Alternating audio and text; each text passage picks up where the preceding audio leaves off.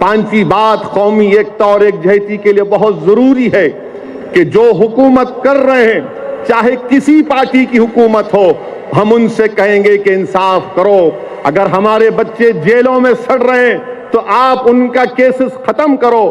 اور یہاں پر میں یہ بات ضروری سمجھتا ہوں کہنے کے لیے کہ حضرت مولانا ارشد مدنی صاحب کے قیادت میں جمعیت علماء ہند نے جو ہندوستان کے جیلوں میں مظلوم بچوں کے انصاف کے لیے لڑائی لڑی، وہ قابل مبارکباد ہے، اور میں حضرت کو سلام کرتا ہوں اور حضرت کے لیے دعا کرتا ہوں کہ آپ کی قیادت میں اور معصوم اور مظلوم مسلمانوں کو انصاف ملے۔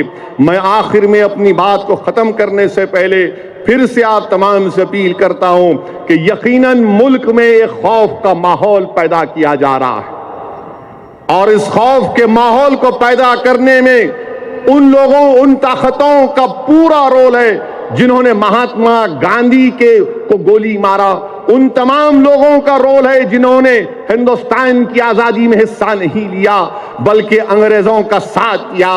اگر آج ہمارے گھروں کو جلایا جا رہا ہے، ہندوستان کے سوشل فیبرک کو توڑا جا رہا ہے، تو وہی لوگ ہیں، وہی آئیڈیالوجی کی لوگ ہیں جنہوں نے جیل میں بیٹھ کر انگریزوں سے 6 معافی نامے کے خط لکھے، مگر ہم نے انگریزوں سے معافی نہیں مانگی۔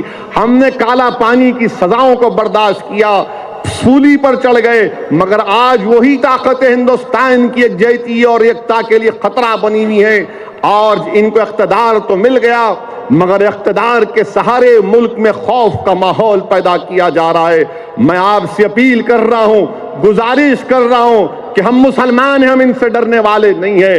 اگر یہ خوف پیدا کرنا چاہتے ہیں تو ہم خوف نہیں پیدا ہونے دیں گے، اور جیسا کہ مولانا ارشد مدنی صاحب نے اپنے کئی خطابات میں کہا کہ ہم نفرت کا جواب محبت سے دیں گے، یقیناً انشاءاللہ تعالی ہم ان نفرت کا جواب محبت سے دیں گے، اور مجھے پورا یقین ہے کہ محبت غالب رہے گی، نفرت شکست کھائے گی۔ مولانا ارشد مدنی، بیرسٹر اسد الدین اویسی، نعرہ تکبیر، ہندو مسلم اتحاد، پیار و محبت زندہ باد، زندہ باد۔ مولانا میرے تقریر کا وقت بھی لے لے نعروں میں آپ۔ بہرحال میرے عزیز دوستوں اور بزرگوں، ہم کو بے خوف ہو کر ہندوستان کو بچانا ہے۔ ہندوستان ہمارا وطن ہے، ہندوستان ہمارا ملک ہے، ہندوستان کے لیے ہمارے بزرگوں نے اس ملک کے لیے اپنا سب کچھ قربان کیا۔ آج ہندوستان ایک ایسے چوراہے پر ہے کہ اگر ہم ایسی طاقتوں سے خوف کھا جائیں گے تو یاد رکھیے پھر اس ملک میں سیکولرزم، جمہوریت، پاسداری، یکجہتی، ایکتا، یہ سب کمزور ہو کر رہ جائے گی۔ یہ ملک بہت بڑا ہے، اور میں صاف اور واضح الفاظ میں کہنا چاہتا ہوں کہ ہندوستان بڑا ہے اور مودی چھوٹا ہے۔ ہندوستان بڑا ہے، سنگ پریوار کمزور ہے انشاءاللہ تعالی، اور اس ملک کو بچانے کے لیے ہم تمام کو متحد ہونا پڑے گا، ہمارے ہم خیال تنظیموں کو ساتھ دینا پڑے گا، اپنے آپسی اختلافات کو بالائے طاق رکھنا پڑے گا۔ عقیدے کی بنیاد پر اختلافات ہو سکتے ہیں، مگر یاد رکھیے جب دشمن وار کرنے جاتا ہے تو یہ نہیں دیکھتا کہ امداد اللہ رشیدی کا بیٹا کون سے عقیدے کا تھا، حافظ جنید کون سے عقیدے سے اس کا تعلق تھا۔ میرے عزیز دوستوں اور بزرگوں، ڈریے مت، خوف کو اپنے قریب آنے مت دیجیے۔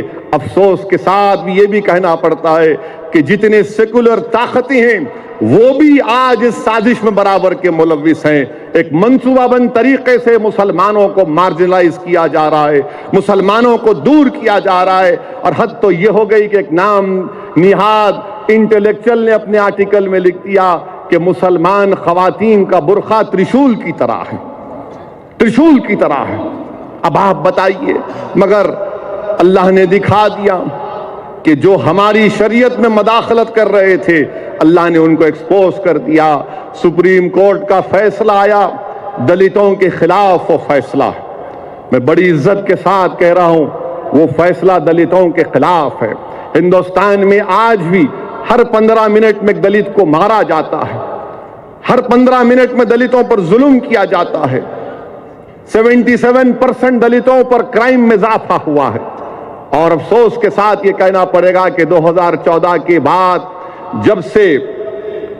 جب سے مسٹر مودی وزیر اعظم بنے ہیں، دلتوں کے خلاف کیسز ختم ہو رہے ہیں۔ یہ خود اعداد و شمار سامنے ہے۔ بہرحال ہم کو اپنے دلت بھائیوں کو بھی اپنے ساتھ لینا ہے۔ ان پر بھی ظلم کیا جا رہا ہے اور برسوں سے ان پر ظلم کیا جا رہا ہے۔ آج دلت ایک امید کی نگاہوں سے مسلمانوں کی طرف دیکھ رہا ہے کہ کیا یہ دو مظلوم قومیں مل کر ایسی طاقتوں سے مقابلہ کرنے کی طاقت اور پروگرام اور صلاحیت رکھتی ہے جو ہندوستان کے سیکولرزم کو، اس کے کمپوزٹ کلچر کو، جس کے لیے ہمارے بزرگوں نے اپنا سب کچھ قربان کیا، کہ آج ہم مل کر ان طاقتوں سے مقابلہ کر سکتے ہیں۔ میرا ماننا ہے کہ ہم مقابلہ کر سکتے ہیں اور انشاءاللہ تعالی اللہ ہم کو دکھائے گا کہ لوگ آج جو ظلم کر رہے ہیں اللہ ان کو شکست دے گا۔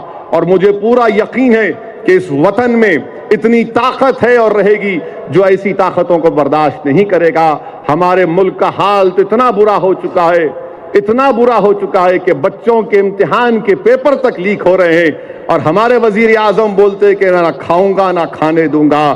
اے ہندوستان کے وزیر اعظم، آپ کی ناک کے نیچے آپ ہماری شریعت میں عورتوں کی انصاف کی جھوٹے دعوے کرتے ہیں۔ آپ کی ناک کے نیچے کوئی 11,000 کروڑ لے کر بھاگ گیا تو کوئی 13,000 کروڑ لے کر بھاگ گیا۔ اے ہندوستان کے وزیر اعظم، بھاگنے والے میں ایک کا نام مودی تھا۔ کیا تمہارے نام کی تاثیر ہے کہ کوئی پیسہ لے کر بھاگ رہا ہے تو کوئی ہندو مسلم اتحاد کو کمزور کر رہا ہے؟ وآخر دعوانا الحمدللہ رب العالمین۔